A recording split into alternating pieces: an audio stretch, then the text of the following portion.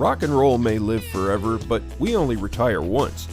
Kevin Lamour of Our Financial Plans and Quadris Investment Services offers a large range of financial solutions from some of the biggest leaders in the investment and insurance landscape of Canada. See how a solid financial plan built with friendly and professional advice can help. Find out more at ourfinancialplans.ca or give them a call at 705-949-1316.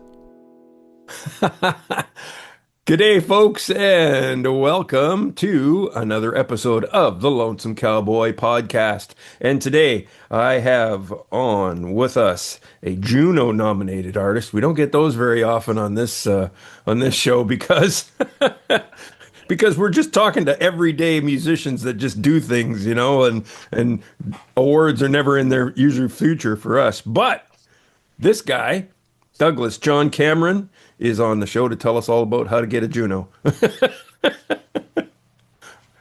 No? That's actually not true because I never did win the Juno. Well, that's true. Well, you got nominated, so that's cool. I got nominated. I was nominated. Okay.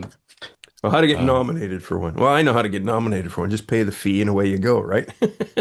It's a little more complicated than that. Oh, I know.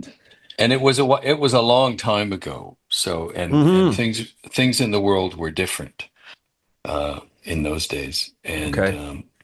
Do you want to know about it? Sure, go for it. I want to know about your Junos, because I mean it's something. So, okay, so I think what's interesting is that I'm a normal person. I'm a normal musician. I've been a musician since I was 4. I started performing publicly when I was 5. Nice. By the age of 9, I was writing songs, and in my own sort of hometown way, I started playing in bands and at folk clubs, and this is all back in the late 60s, early 70s into the 70s. And then I progressed from there to play in more bands, and then in the 80s, it's a bit of an adventure and it's a bit of a long story, but I ended up writing a song which got made into a video. Mona with the Children. Mona with the Children. And I'm glad that's why I wanted you to talk about it, because that's where I was going to lead. I wrote the song. At the time I was an active member of the Baha'i faith. Okay. And the story of Mona was of a young woman in Iran who in the early 1980s was imprisoned with a number of other women because they were Baha'is and they were executed.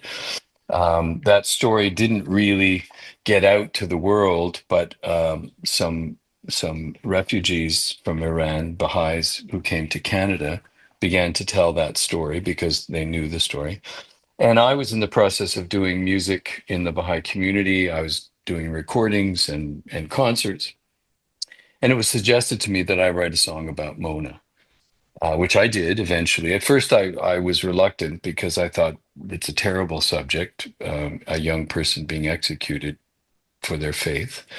But then I got the inspiration. The word dancing came into my head, and I realized, oh, maybe you could write a song about this young woman's spirit and the idea of dancing and all of that. And I wrote the song. Initially, it was just kind of heard within the Baha'i community, but at a certain point, a group of people decided that they, in the Baha'i community, decided they wanted to make a music video of the song. And they raised the money and proceeded to make a music video. Now, I had a parallel story to this, is that I was trying to be a pop star. I had made recordings and demos and played in bands and done all kinds of things, and tried to become a pop star, tried to get a record deal. Couldn't get a record deal. Got turned down by every record label that anybody could think of. Gotcha. So at the moment when this Mona video was being made, I didn't really care about a career because I decided to go back to university, get a degree, become a teacher, have a career, make a living. Get a real job. Well, because in attempting to be a pop star, I wasn't making any money. Gotcha. And it didn't look like I was going to make any money. Anyway, so but this group of people went ahead and made the video, and I was in the video and I sang it. And right at the day that we were shooting, the first day that we were shooting the video, Bernie Finkelstein from True North Records Yep. called up. There'd been a bit of a blurb in the newspaper about it. Bernie called up the fellow that I was working with at the time. Um, Bernie was aware of me because he was one of the people that had turned me down, and he said, "I want to put out this single, this Mona with the Children. I want to put out this single on True North Records, but there has to be an artist and an album." And so overnight, Douglas Cameron, in those days I was Doug Cameron. Doug Cameron was an artist on True North Records. Within a few months, we had an album produced that was essentially all the demos that I had presented to Bernie that he had turned down. Wow. And the song was on the radio. And more importantly, the video, because in 1985, when this occurred, Much Music had just started. Videos were a big deal. They were Yeah. a new thing. Yeah. And this was a particularly dramatic video because of the content and the story. And I, for a very brief time, had a career as a pop star. Well, there you go. And I was nominated for a Juno as a result because Mona with the Children got a lot of airplay. Never sold enough records for me to get a second record deal, but it got a lot of airplay, Yeah. and it became quite well known. And And I was nominated as Most Promising Male Vocalist. Now, this is a category they no longer have. Um, now I just have to ask a question because I watched the video. yes, Is that you in the red beret? yes, that is me. There you go. I'm going, that is a very young Douglas. My God. It was a very young Douglas, yes, indeed. Um, Yeah. You got a case of the OLD. well, there you go. That's what I mean when it's a long time ago. I mean, what is it, 40 years ago? Is it 50 years? I 85, think it's, 50 now. is it, is it 50 years ago? Yeah, Yes, 85. I guess that's true. That's true because I Yep. was, oh, wait a minute. No, I was No, 30 wait, at the 40. time. It's 40 years, yeah. 40 years, 45. 40 years ago. There you And like in those days, everything was geared to radio airplay. go. Records, and that was the deal. Mona with the Children was a top 20 song in Canada. It was a top 10 song in Toronto.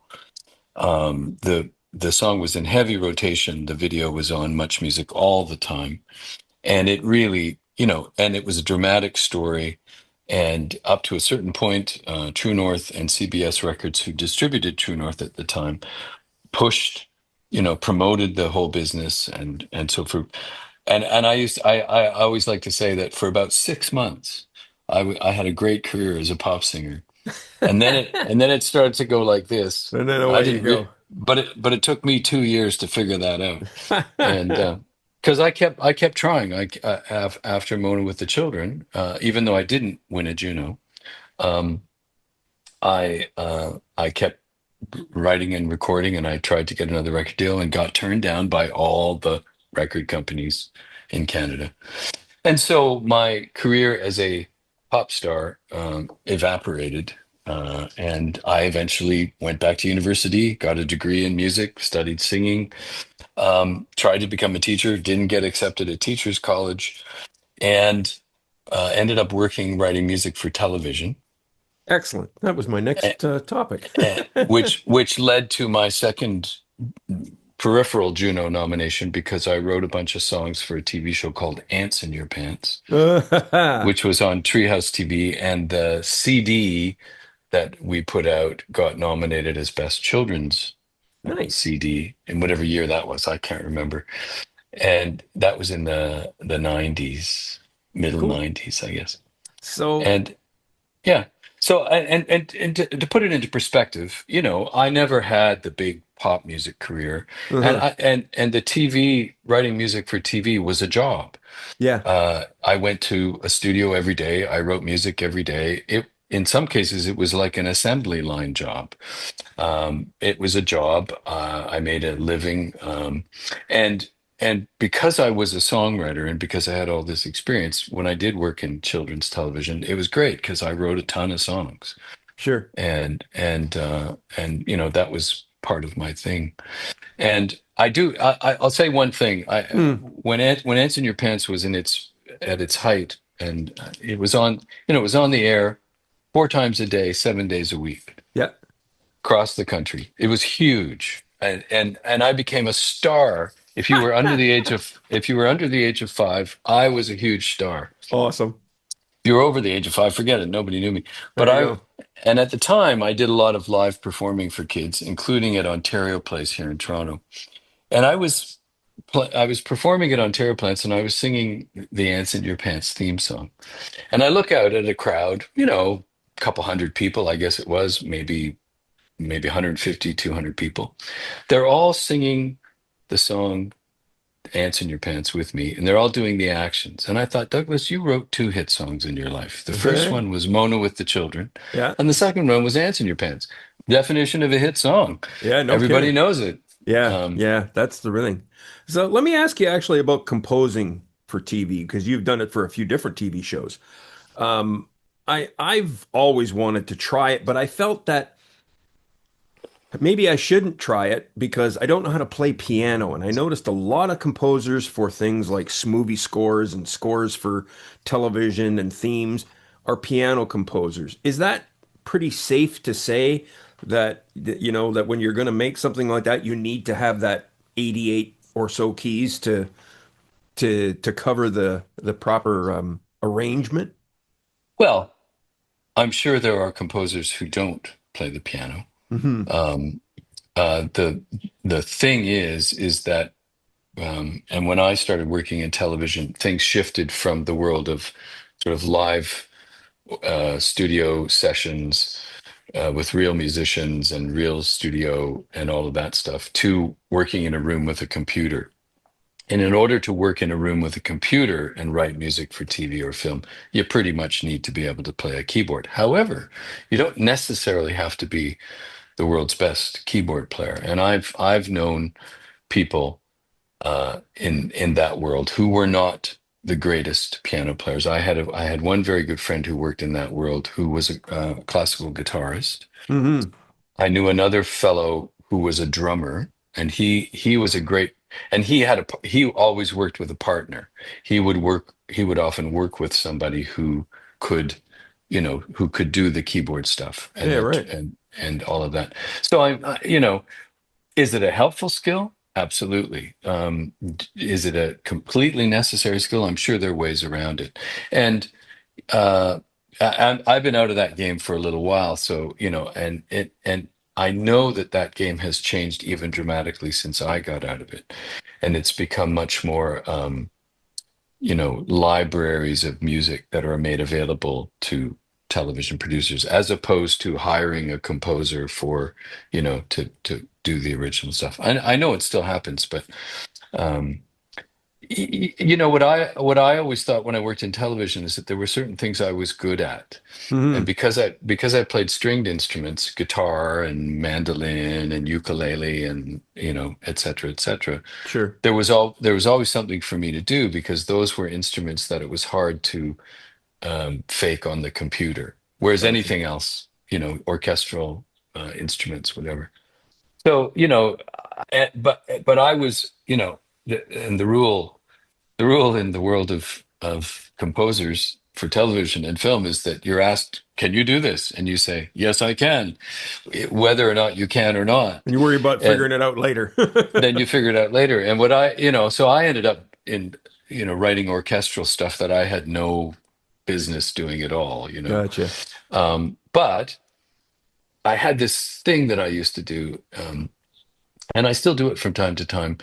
I'd have to come up with a really great bass part, and I wouldn't be capable of it. So I'd think of who did I know that was the very best bass player that I'd ever worked with, and I'd try to channel them for like 35 seconds or whatever it Nice. was, and just allow myself to kind of go for it. There were things I was good at, and there were things that I wasn't so good at. But it was I made a living. That's the main thing, isn't it? Which, well, up to that point, even as a so-called pop star, I had never really made, Yeah, yeah, um, a solid living. So, yeah. That's great. Um, I was listening before we started this to you doing 6 days on the road, and I would love to be able to cover a song and really make it different.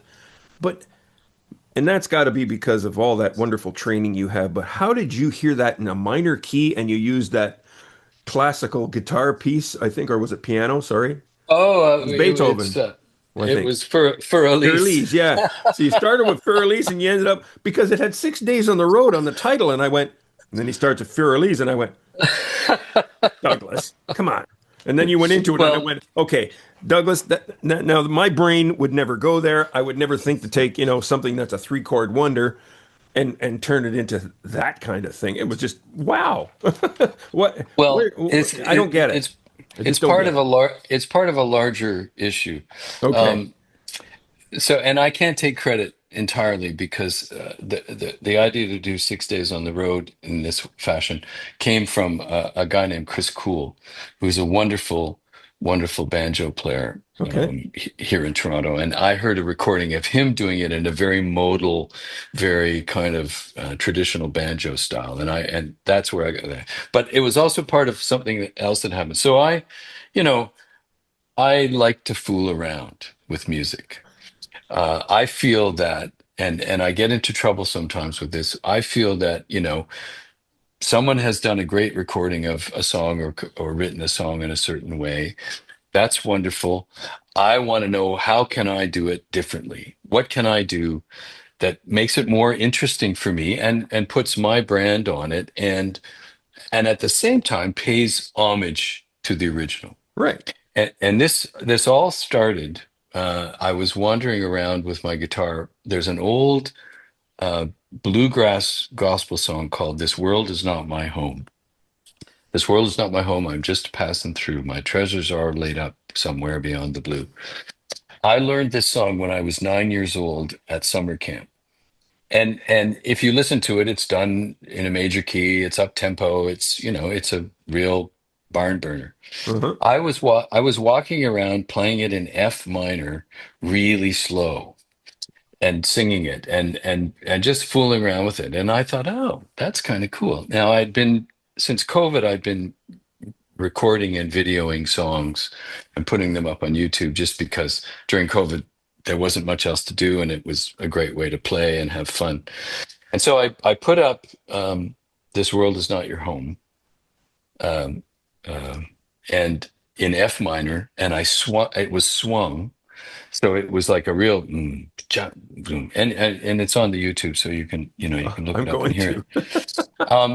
And I got more views than I've ever got for a video. Isn't that something, man? I put up a video, I get 250, 300 views, maybe 500 if I'm lucky. I got thousands, 12,000. And I remember monitoring it because I put it up and about a day later, I thought, oh, I should look and see if I've gotten any views, 500 views in a day. And then next thing I know, 1,000 views. And I'm watching it kind of go up and I'm thinking, well, why? Like, why this particular song? And I thought, well, it's because I put it in a minor key. It's got to be because I put it in a minor key, which I don't think was the reason. So then I started doing more songs in minor keys. I'm gonna have to. Just for, That'll be the first step then. Just take it and go in a minor key. well, it doesn't work for every song. But what I did was I went through songs that I really loved and songs that I, and I tried them. And so I created a whole body of work on YouTube. I call it the Minor League. Ah, And I have a playlist that's called the Minor League and all these songs. I never got the response again that I got to that first one. uh-huh. And 6 days on the road. So after I worked in television, I taught piano privately and I taught guitar and piano, and I taught a lot of kids, and every kid wants to play for Elise.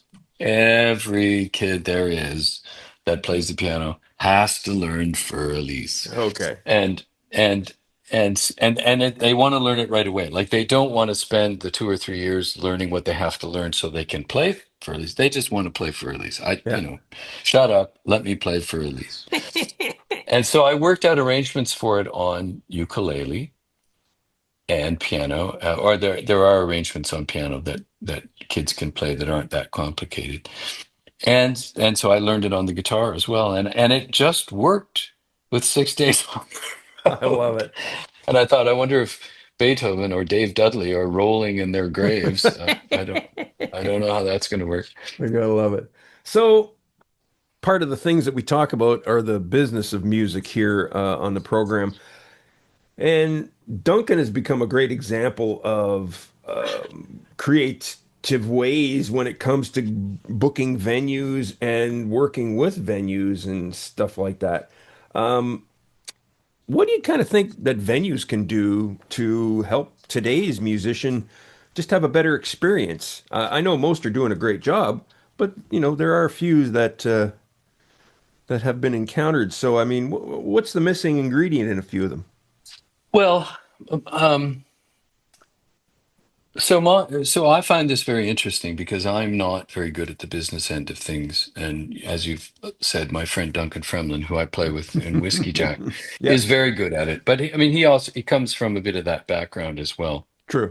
uh, in his various careers paths. I've come to the conclusion, and I experienced this recently with you in Sault Ste. Marie at the Loft. Okay. Am I calling it right? Is it called the Loft? It Because is the loft. Yep. for a while there, I was calling it the Lounge, and I was getting into trouble. No, people are going to go, where's that? The Loft, which I think an incredible venue, a great place to play, And I know. bar none, Yeah. a real treasure, and perfectly suited for the Whiskey Jack sort of kind of thing. Right Hmm. size, everything about it.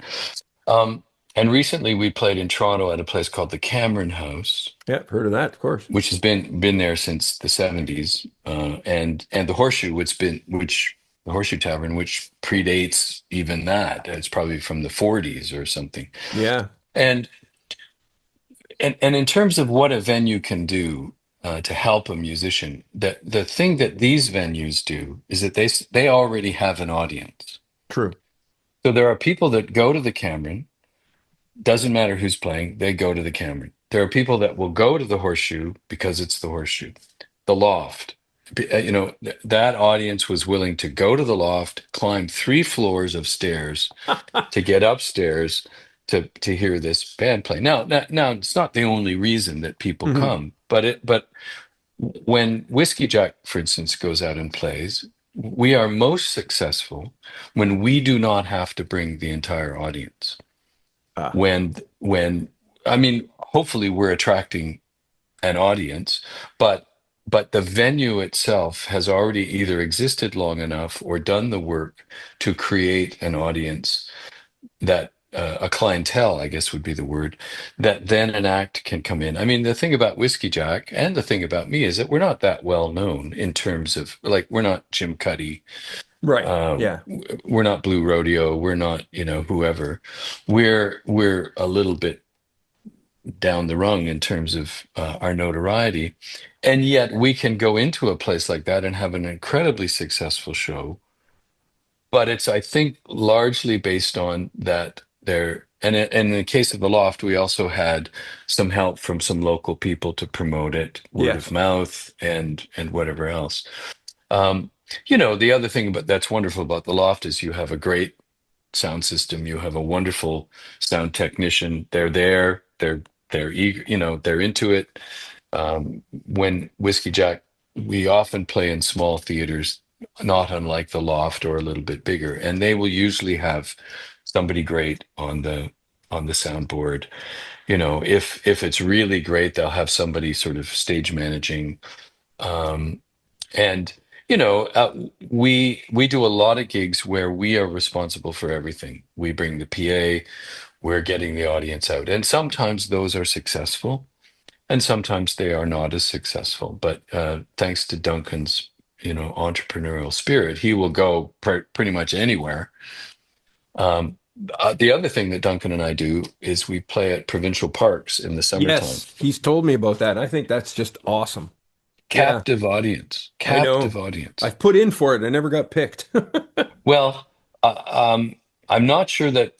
I mean, not all the parks do it, and Yeah. Duncan has created relationships with many of them. But it's fun. The money's not huge, but it's total fun. And as I say, it's a captive audience. They're in the park. It's the only show In that day. town. Your other options are go swimming, uh, have Walking the bugs. yeah, walking the bugs. Um, no, and that sort of also proves my point, or supports my point, that if an audience is being created, that you don't have to create, because that's the real hard part. And I face that here in Toronto. I in fact, in the last 6 months or so, I've been playing at a little restaurant out in the East End that has entertainment on Tuesday nights, and one of their entertainers had to cancel, and I got called, would I go? And I went, and I've done it a few times, and on occasion I'll bring out a few people. But there's a lot of stuff in people's lives, and if I'm responsible for bringing out the audience, unless I'm, Blue Rodeo or somebody, I keep saying them, but they're the only band I can think of. Unless I'm somebody with a really big draw, it's hit or miss. And it doesn't matter how good you are. It doesn't matter how entertaining you are. People don't necessarily go out to hear live music um, at the drop of a hat. I don't. It takes something pretty special to get me to go out. Usually, it's I know the person, I have some Mhm. connection to them, and I want to support them, or I want to hear them. Um, and it's a lot of work. And I don't know if I'm being helpful in this answer, Oh, no, but very much. I, I, s- I thrive on the fact that I have a relationship with someone like Duncan, who is, better at this than me. And there's a tenacity involved as well. I know. I mean, the other person I know in Toronto, well, one other person I know in Toronto who is a musician getting gigs, but is also now involved in booking Hughes Room, is a guy named Michael Acapinti. Okay. He's a well-known jazz musician here in Toronto, but he's also a bit of he's involved in booking acts at Hughes Room, and he's on the phone all the time, you know, all the time. He's either trying to book gigs or getting, it's like it's a full-time job. Gotcha. Yeah. And when what the brief brush I had with pop stardom, at True North Records, I was around when Bruce Cockburn, Murray McLaughlin, Rough Trade were on the label. Yep. And I remember, and I watched Bernie Finkelstein work. He spent his life on the phone talking to people, either getting his artist gigs or getting his artist's music played on the radio. He was on the phone Yeah. all the time. Um, and so, I'm in a bit of I guess I'm in a pretty great situation because I have, a partnership with somebody who's good at getting gigs. And I'm at a point in my life where I'm not looking to conquer the world anymore. So if I get to play 2 or 3 times a month, I'm usually pretty happy. And the money is, I don't want to play for nothing, but sometimes the money's great, sometimes the money's not so great. It's always been thus even when at the height of my pop stardom, and I remember my children's career as well. I remember getting paid a phenomenal amount of money for like a half-hour show That's somewhere. what And I somebody remember, told me. Do a kids album, do a kids show. well, there's something to it. I mean, and I also did a lot of shows for nothing or Yeah. next to nothing. And, I've done shows where there were 3 people, and I've done shows where there were 3,000 people. And I think to myself, how, I don't know, how does this work? As a performer, as a musician, you don't do anything different. If there Mm, are three people or 3,000, you do what you do. yeah. Uh, Well, Douglas, I don't mean to jump on the subject here, but I'm a cheap bugger and I don't want to pay the gajillion dollars that Zoom wants to give me meetings longer than 40 minutes. So oh, okay.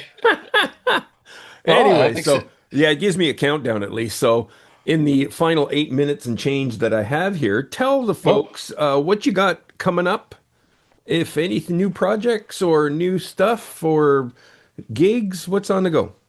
well, Whiskey Jack are carrying on. Yep. Mostly now in Ontario. We've done a fair amount of playing down east. I do believe we're going out west in September to Terrace Bay Terrace Bay, yeah, that's about in BC.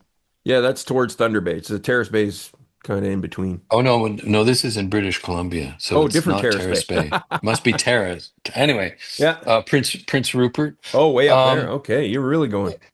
yeah, and Toronto. I mean, we're carrying on around Toronto, and in the summer we're doing the parks. I've been working since I retired from teaching piano. I've been working on my songwriting kind of thing, and I'm hoping to promote it a bit more and do gigs as just myself. Cool. Um, and I mean, I feel like it's probably not it's probably a fairly localized cottage industry kind of thing that I'm involved in, and there's a great scene in Toronto with the Cameron and the Horseshoe and a bunch of other little places like that. Hmm.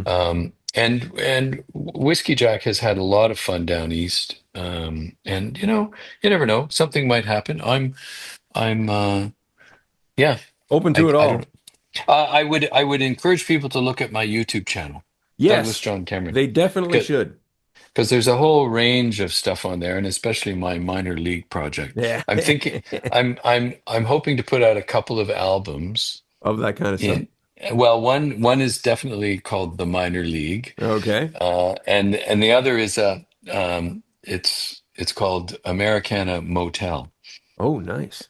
And it's songs that I wrote and recorded sort of through COVID and since, with a kind of rootsy kind of feel. There you go. And I'm going to stream those soon. And Whiskey Jack has a new video coming out for OLD, our hit song. Great song.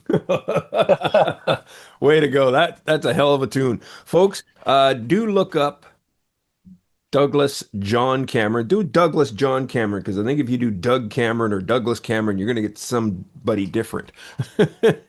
So look him up and definitely his YouTube channel because there's a lot of great stuff there. And yeah, Douglas can't thank you enough for being on the Oh, program, man. my Uh, pleasure. and it was a And pleasure to share the stage for you for one song. It was oh, that was the great. No, biggest thrill no, of my life, I got to tell no, you, it man. was that was fabulous. And I have to tell you, I had a band called the Lonesome Cowboys. Yeah, you were saying. I I know. had a band in Yeah. Peterborough. Yeah. Yeah, very briefly. You write a wicked country song, sir. I can tell you Oh, that. Yeah. well, thank you. All right, Thank you man. very much. Thanks again. Pleasure. Thanks for having me.